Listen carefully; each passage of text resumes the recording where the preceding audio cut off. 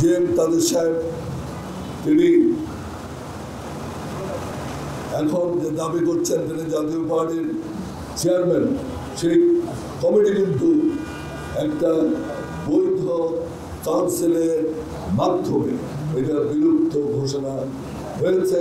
একটা নতুন কমিটি ঘোষণা করি, প্রথমত 4 জনে, আমি চেয়ারম্যান, আমাদের রুহুল আমিন হাওলাদার ওনাকে মহাসচিব, আমাদের চুন্নু সাহেব ওনাকে এক্সিকিউটিভ চেয়ারম্যান হিসাবে, নির্বাহী চেয়ারম্যান হিসাবে, এবং ফিরোজ রশিদকে আমাদের সিনিয়র কো চেয়ারম্যান হিসাবে এটা সর্বসম্মতিক্রমে সেই কাউন্সিলে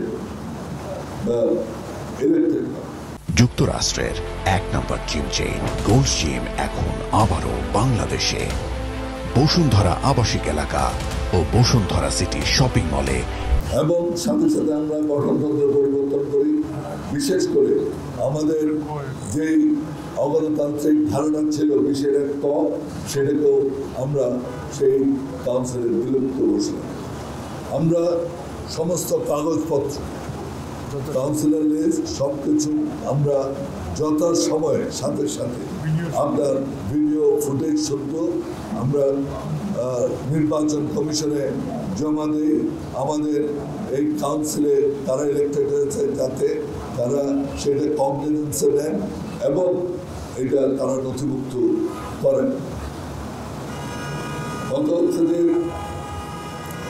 জিএম তাদের সাহেব তিনি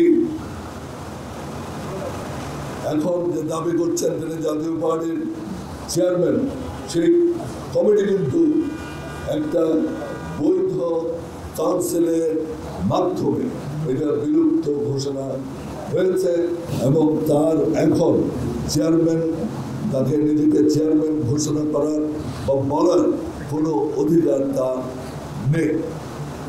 এবং অন্যান্য যারা পার্টি করেছেন তারা 12 নম্বর যে নিবন্ধনের 12 নম্বর নিবন্ধকৃত যে পার্টি লাঙ্গল যেটার প্রতীক, সেই প্রতীকের অন্য কেউ কোনো কাউন্সিল কখনো করেন।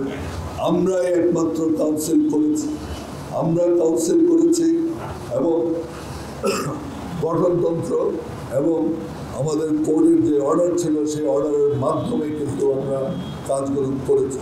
সুতরাং সম্পূর্ণ বৈধভাবে আমরা একটা কমিটি করেছি। আমি আশা করব নির্বাচন কমিশন অতি সহসা সেই কমিটিকে রিকগনিশন দেবে এবং যেই প্রধান নির্বাচন কমিশনার বলেছেন যে মালিক খুঁজে পাচ্ছেন না, তারা সঠিক মালিক যেটা আমরা লাঙ্গল শুদ্ধ আমাদেরকে যেন সেটা দেওয়া হয়, সেটার জোর আবেদন আমি এখানে রাখলাম।